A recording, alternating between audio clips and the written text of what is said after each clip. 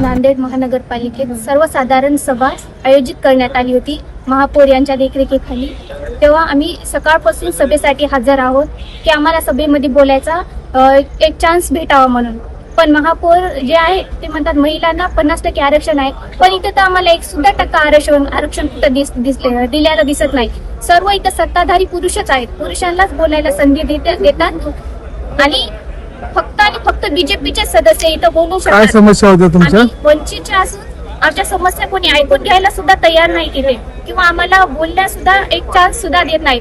आमच्या ज्या समस्या आहेत त्यांचे आम्ही 2 महिन्यापासून निवेदन देऊन ठेवलेले आहेत। आता आमच्या समस्या सगळ्या निधीसाठीच नाहीयेत, त्या व्यतिरिक्त सुद्धा आमच्या काही समस्या आहेत। आमच्या वार्डामध्ये शाळा आहेत, ज्या शाळा आता पावसाळ्यामध्ये गळायला लागल्यात, त्याचे छत फुटलेत, त्या लेकरांना बसायसाठी पाऊस वरून येत आहे, खाली जमिनीत फरची फुटलेली आहे, जमिनीतून पाणी आले, लेकर कसे बसणार?